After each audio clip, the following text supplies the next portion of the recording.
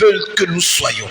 Frère, que vous le voulez ou pas, il y aura toujours quelque chose de mauvais dans ton frère en Christ à côté de toi. Il y aura toujours quelque chose de mauvais. Parce que la chair ne sera pas rachetée. Il y aura un autre corps qui nous sera donné. Mais le corps que nous avons ici, il est voué à la mort. À l'intérieur de lui, il y a toujours quelque chose de mauvais. Ton frère en Christ parviendra à la perfection. Mais du haut de sa chair naturelle, il pourra toujours t'offenser par une petite parole, par un petit comportement, par une manière de faire. Mets-toi au-dessus par l'amour. L'amour est la chose la plus grande qui soit. Et l'amour est la seule chose et le seul caractère que nous enverrons de l'autre côté. Frère, nous chanterons, mais nous ne chanterons que l'amour. Et c'est la seule chose qui nous unit. Et c'est pourquoi nous chantons, le monde peut te rejeter, la famille peut te rejeter, mais en Christ, nous avons le même destin. Si nous vivons tous pieusement, nous serons tous persécutés. On ne nous triera pas sur la base de notre ethnie ou de notre argent ou de ce que nous avons, mais on nous triera à cause de Christ et nous serons persécutés à cause de Christ. Alléluia. Regarde ton frère, prends sa main, prends la main de celui qui est à côté de toi et dis-lui, je t'aime parce que Christ est en toi. Je t'aime parce que Christ est en toi. Alléluia. Est-ce que vous pouvez acclamer le Seigneur ce matin?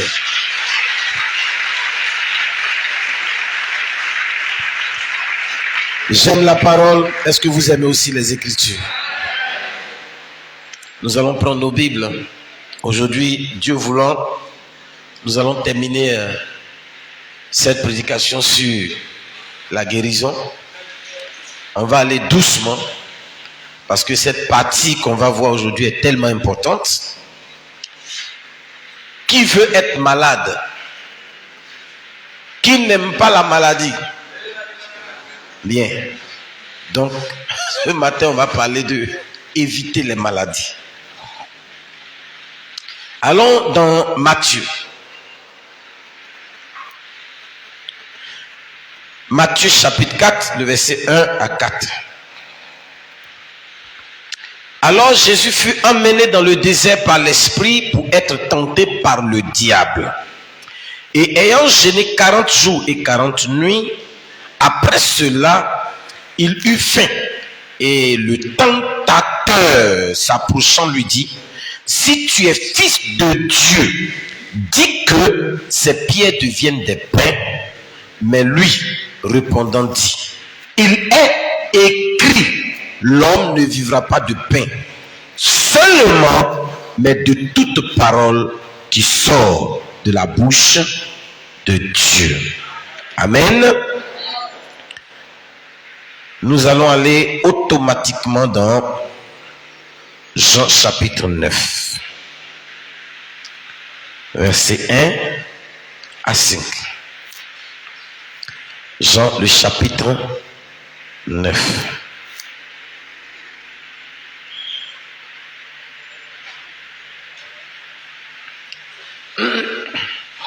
Et comme il passait, il vit un homme aveugle dès sa naissance et ses disciples l'interrogèrent, disant, Rabbi, qui a péché, celui-ci ou ses parents, pour qu'il soit né aveugle? Jésus répondant, ni celui-ci n'a péché, ni ses parents, mais c'est afin que les œuvres de Dieu soient manifestées en lui. Il me faut faire les œuvres de celui qui m'a envoyé, tandis qu'il est jour. La nuit vient en laquelle personne ne peut travailler. Pendant que je suis dans le monde, je suis la lumière du monde. Un mot de prière. Au nom puissant de Jésus-Christ, nous te remettons ta parole afin qu'elle ne te retourne pas sans effet. Et que ce matin, les effets de cette parole soient rendus réels dans nos vies. Au nom de Jésus-Christ. Amen. Veuillez vous asseoir. Prenons.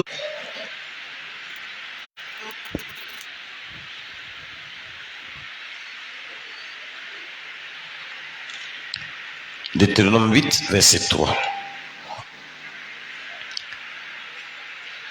Il t'a humilié et t'a fait avoir faim éternelle. Amen. J'ai lu ce passage-là expressément Pour que vous puissiez comprendre que quand le Seigneur Jésus a dit, l'homme ne vivra pas de toute parole, de pain seulement, de toute parole qui sort de la bouche de Dieu, c'était une prophétie, c'était une parole qui avait été laissée en suspens par le prophète Moïse, que lui avait cité. Donc la tentation de Jésus-Christ était programmée. Ce n'était pas quelque chose qui arrivait comme ça. C'était déjà programmé. Dieu l'avait envoyé sur terre et Dieu l'a fait jeûner pendant 40 jours, 40 nuits. C'est-à-dire il ne mangeait ni le matin, ni le soir, ni le matin, ni le soir, ni à midi. Pendant 40 jours. Toi, si tu ne manges pas du matin jusqu'à midi, tu trembles. Tu as déjà faim et tu cries. Où est mon pain? Ou qui a mangé mon pain? Dans cette maison, on me maltraite. Je ne mange pas. On me fait ci. Et si par hasard, on t'a dit même de jeûner, c'est dangereusement grave ton jeûne, parce que ton visage est comme les 18 montagnes de la Côte d'Ivoire de l'Ouest. Et on ne peut pas regarder ton visage, tes yeux sont rouges, ton langage change. Lui, il a mangé, il a pas jeûné pendant 40 jours, 40 nuits. Et la Bible nous dit, c'est à la fin du jeûne qu'il a eu faim. On peut relire, quelqu'un peut prendre ça pour qu'on relise bien dans Matthieu chapitre 4, verset 1 à 4. On va relire ça pour que vous voyez à quel moment il a eu faim. Pour que vous puissiez comprendre que nous ne sommes pas une dénomination comme les dénominations qui s'élèvent. Tu vas prendre un jeûne d'Esther, jeûne de Korotumo, et les gens se traînent avec des ulcères à n'en point finir. Allons-y. Oui. Alors Jésus fut amené dans le désert. Qui l'a amené dans le désert? Alors Jésus fut amené dans le désert par l'esprit, par le Saint-Esprit lui-même, pour être tenté par le diable. Pourquoi? Pour aller se promener, pour aller faire du tourisme? Non. Pour que le diable vienne le tenter. Donc il savait que quand il allait dans le désert, le Seigneur lui a dit, viens, on s'en va et puis ils vont te tenter. Donc lui-même il sait que là où il va dans le désert, pendant 40 jours, 40 nuits, il ne mangera pas. Et là-bas, il sera tenté. C'est l'objectif que Dieu lui a donné. Et il est allé. Le Seigneur ne lui a pas dit que quand tu vas arriver là-bas, on va te caresser, on va te donner des parfums, on va te donner ceci, cela. Si toi, aujourd'hui, on te dit, viens dans le désert pour être tenté, tu as dit pourquoi? Parce que l'homme, le corps de l'homme est à l'aise. Continue la lecture, frère. Et ayant jeûné pendant 40 jours et 40 nuits, reprends. Et ayant jeûné, c'est-à-dire quand il a fini de jeûner pendant 40 jours et 40 nuits, oui, lis seulement. Après cela, après avoir jeûné 40 jours, 40 nuits, il eut faim. Et le tentateur. C'est pas vos zones de choses où vous pleurez, on dirait on vous a forcé là, c'est pas ça. C'est un jeûne qui lui a été recommandé par le Seigneur, par Dieu. Mais là, ce n'était pas encore quelqu'un qui était dans une position de divinité. C'était Jésus qu'on a amené dans le désert. Ce n'était pas Jésus-Christ qu'on a amené dans le désert. Jésus fut crucifié, mais ce n'était pas Jésus-Christ qui a été crucifié. Non, monsieur. C'est Jésus qui a été amené dans le désert. Ce n'est pas Jésus-Christ qui a été amené dans le désert. C'est l'homme Jésus, l'agneau de Dieu, qui a été amené dans le désert. Et quand il est arrivé dans le désert, il a jeûné pendant 40 jours. Quand il a fini de jeûner, il a eu faim. Mais toi, c'est quand tu jeûnes que tu as faim. Alléluia. Il y a des frères qui disent, mais pasteur, comment tu fais pour jeûner un mois? Vous pensez que c'est parce qu'on se lève comme ça pour gêner un mois? Quelque chose doit te conduire. On se lève, jeune là, on se lève pas pour faire comme ça. Le message est bien ordonné. On a un prophète qui nous a été envoyé sous l'ordre prophétique. Donc on ne peut pas se lever comme ça pour faire des jeûnes comme on veut. Il y a des frères qui viennent à l'église qui a une situation. Pasteur, je suis venu, tu as parlé de mon problème là, mais donne-moi un jeûne là. Non, les jeûnes ne se distribuent pas. Si c'est un prophète dans une dénomination, il va te donner un jeûne. Bon, la manière je vois ton problème, hein, tu ferais un jeûne de 3 jours et demi, un jeûne d'Esther. Ici, on n'est pas à Babylone. Et puis ici, là, il n'y a pas quelqu'un qui est en train de nous persécuter. Nous sommes à la fin des temps. Et puis moi, je ne suis pas Madoché, je ne suis pas Esther. On n'a pas dit qu'ils vont tuer tous les Abrons. Ou bien, ils ont dit qu'ils vont tuer tous les Abourés ou bien les Abrons. Les gens de ma langue, pour que je me lève pour dire, fais un jeûne de 3 jours. Seigneur, si je vais voir le roi Assyrie qui m'étend son sceptre, il ne va pas quand tu m'arrases. Non! Mais tu me donnes ce jeûne pourquoi? C'est pourquoi? C'est la dénomination. Et ce genre de jeûne vous crée des maladies, ça envoie maladie. On appelle ça ulcère. Les deux sont camarades. Aussi longtemps que l'esprit de la dénomination sera dans la vie de quelqu'un, les démons pourront venir t'apporter toutes les maladies nécessaires à ta mort. Je profite pour parler un peu de ça. Vous voyez? Mais on va venir bien dessus. Allons-y. Donc Jésus a eu faim après les 40 jours. Et le tentateur, et il a eu faim maintenant. Et le tentateur, s'approchant de lui, il va maintenant s'approcher. Si tu es fils de Dieu. Et il lui dit, regarde, si tu es fils de Dieu. Regarde. Toi, on dit tu es fils de Dieu. Si vraiment tu es fils de Dieu, mais de toi à moi, est-ce qu'il n'est pas fils de Dieu? La Bible nous dit quoi? Que Jésus est le fils de Dieu. Mais lequel fils? Le fils unique de Dieu. Ici, là, qui est fils de Dieu? Faut lever ta main. Mais dans la Bible parle. Parce que la Bible dit que Dieu n'a qu'un seul fils unique. Lis Jean 3,16.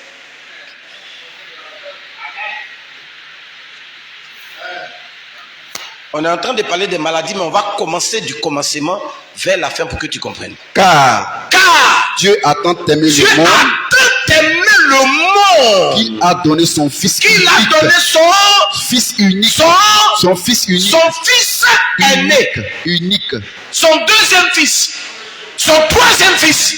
Son fils unique. Donc unique là, ça veut dire qu'avant lui, il n'y en a pas.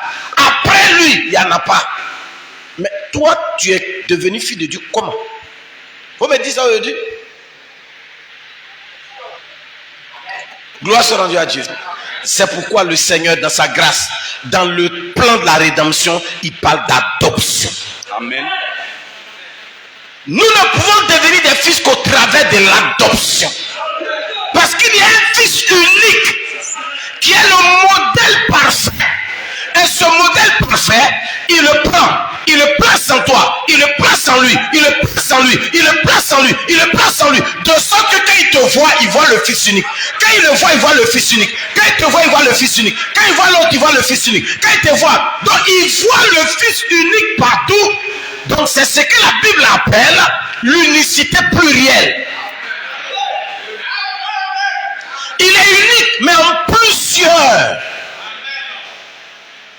C'est ainsi que nous pouvons dire ce matin, il y a un Jésus ici. Il y a un Jésus ici. Il y a un Jésus qui prêche. Il y a un Jésus qui lit. Il y a un autre Jésus qui est là-bas. Il n'y a que ça. C'est pourquoi la Bible nous dit en Colossiens chapitre 1, il nous a bénis de toute bénédiction spirituelle dans les lieux célestes, mais en Christ. Vous suivez, frère?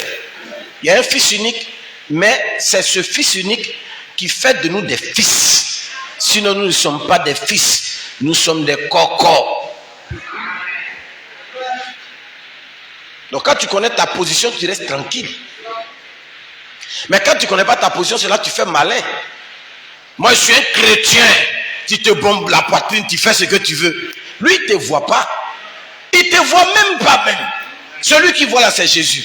Tant que Jésus n'est pas en toi et que tu n'es pas devenu Jésus, il ne te voit pas.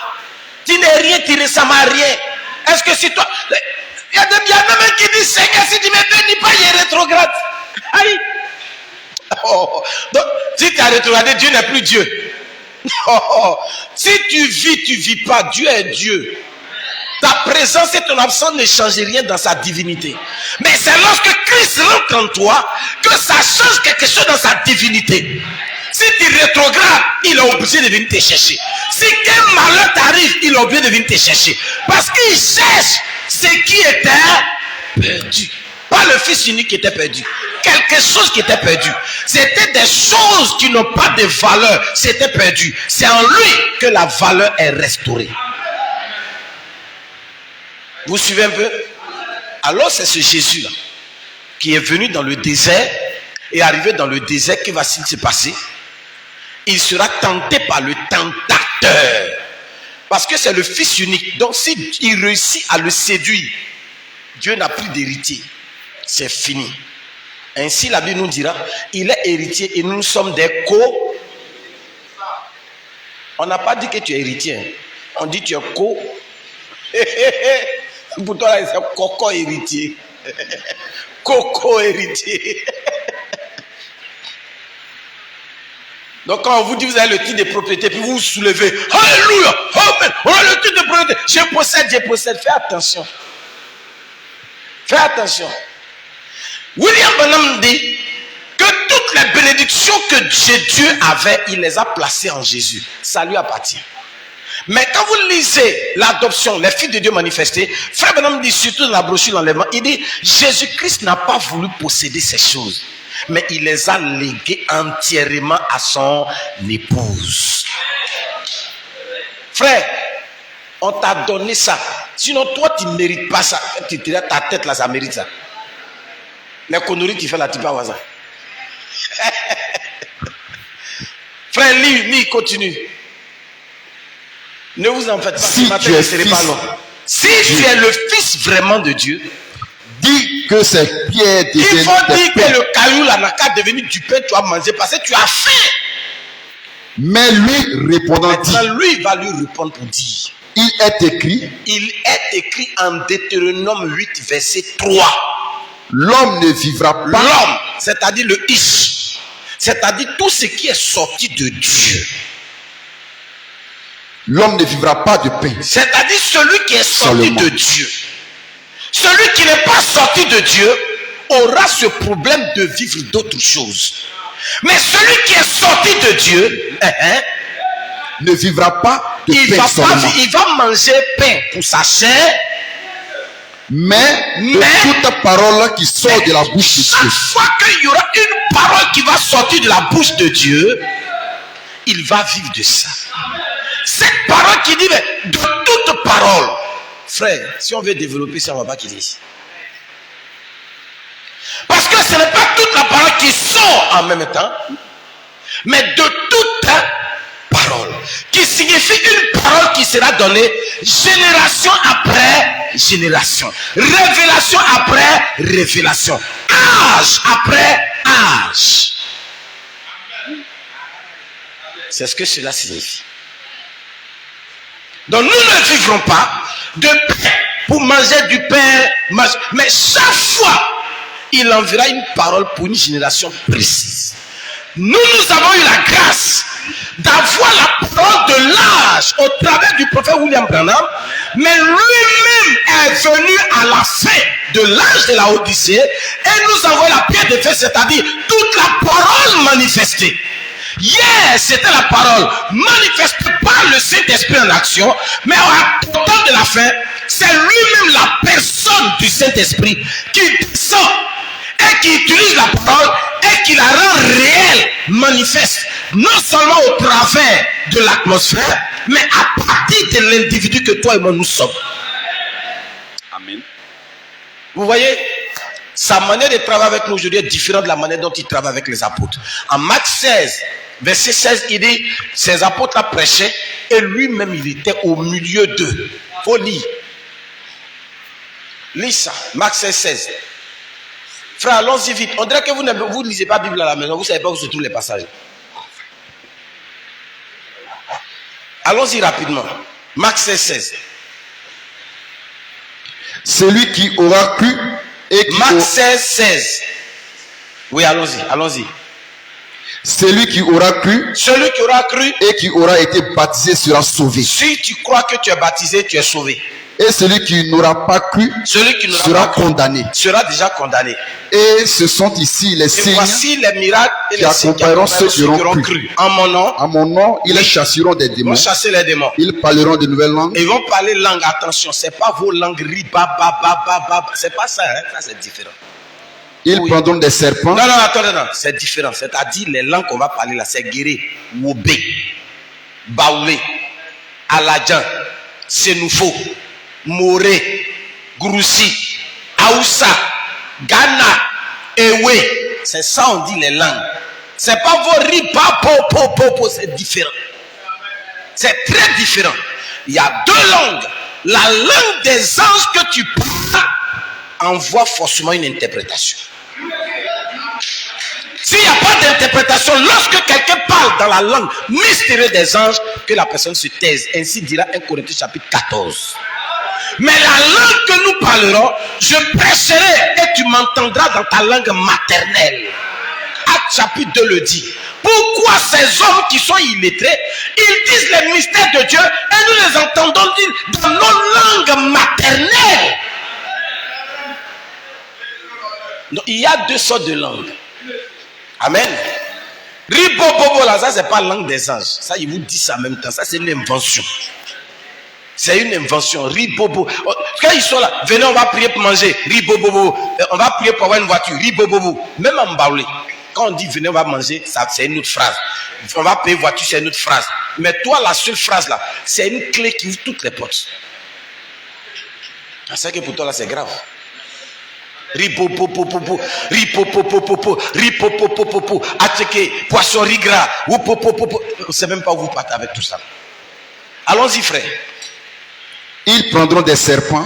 Ils vont prendre des serpents. Et quand ils auront bu quelque chose, même si on les empoisonne, ça fait rien. Cela ne leur nuira point. Oui, continue. Ils imposeront les mains aux malades, aux infirmes, et ceux-ci se porteront bien. Etc. Continue. Le Seigneur donc, après leur avoir parlé, fut enlevé en haut du ciel, fut élevé.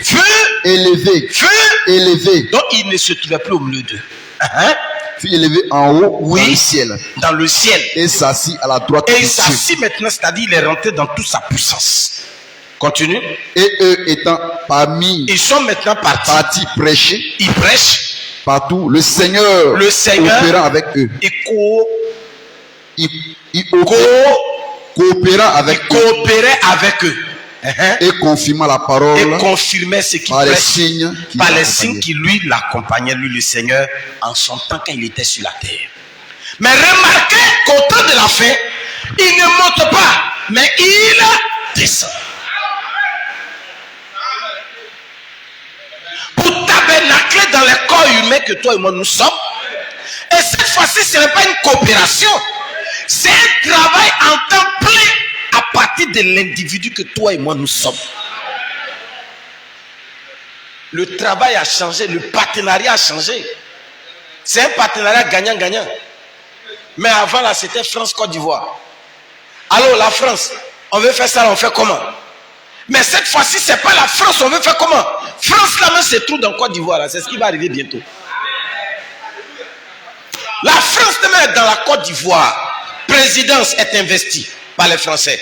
Assemblée nationale, c'est français. Partout, c'est français. C'est comme ça, quand il vient, ton cœur lui appartient. Ton âme lui appartient. Tu ne décides de rien. C'est lui qui décide tout et qui fait tout. Toi, tu n'es que l'habit qu'il porte. Tu commences à comprendre la différence? Tu vois maintenant la différence. On peut avancer? Voilà la différence entre l'âge qui était passé et nous, notre temps. Alors, frère, aujourd'hui où nous sommes, tout fils de Dieu qui n'a pas cette capacité d'être utilisé par le Seigneur doit se poser la question: suis-je réellement converti? Amen. Assis-toi, frère. Alors, on l'a amené dans le désert pour le tenter. Et il dit, ce n'est pas toutes les paroles, ce n'est pas du pain que je dois manger. Mais toutes les paroles qui vont sortir de la bouche de Dieu, c'est ça que je dois manger. À cause du temps, on ne rentre pas dans certains détails. Allons à l'essentiel de notre message de ce matin. Et j'aime ça. Et le deuxième texte que nous avons lu, c'était un jeune homme qui est né aveugle. Alors il passait et les disciples l'ont vu. Ils ont dit, qui? Seigneur, le monsieur il est aveugle. Mais il faut nous dire, Seigneur, est-ce que ce sont ses parents qui ont péché? Et puis le péché est sur les enfants? Ou bien c'est lui-même qui a péché? Parce que quelqu'un qui est dans le ventre de sa maman, comment il peut pécher? Donc il ne s'agit pas du péché que l'enfant aura commis, mais il s'agit de la relation avec Ésaü, que le Seigneur avait dit, celui-là je l'ai haï dès le ventre de sa maman. C'est-à-dire, est-ce que lui-là c'est un fils du diable? Est-ce que celui-là il est né dans l'incrédulité? Alors ils ont posé la question. Le Seigneur dit, non, ce n'est ni lui qui a péché, ni ses parents. Mais c'est une maladie que Dieu lui-même lui a donnée. C'est-à-dire, c'est commission on lui a fait. On lui a donné commission des maladies. Va sur la terre avec maladie. Donc il est né avec ça, c'est une commission. Il est venu sur la terre pour que Dieu soit rendu grand. La maladie là vient pour que le nom de Dieu soit glorifié. Dieu seul peut ouvrir les yeux de lui là. Vous suivez? C'est pourquoi il y a des maladies. On se promène avec la personne. On va chez les guérisseurs. On va chez les psys. On va ici. On va ici. On fait chirurgie. On fait tout. Il n'y a pas de guérison. C'est Dieu seul qui a. C'est commission. Il faut qu'il croise un Éphésiens 4 confirmé, capable de lui ouvrir les yeux. Sinon, c'est pas possible qu'on ouvre les yeux à celui-là. Il ne peut pas avoir les yeux ouverts. La maladie ne peut pas partir. C'est pas démon. J'ai pris ce passage pour que quand on va rentrer dans les choses, vous puissiez comprendre qu'il existe des situations comme ça qui ne sont pas des démons, qui n'ont pas été causées par quelque chose. Mais c'est Dieu lui-même qui le permet pour sa gloire. Tout comme en Jean chapitre 11, Lazare va mourir et le Seigneur dira, ça là, c'est afin que le nom du Seigneur soit glorifié. C'est pourquoi il est mort. Il est mort pour que le nom du Seigneur soit glorifié. Vous voyez la différence. Gloire soit rendue à Dieu. Nous avons posé les bases, on s'est compris, on va avancer.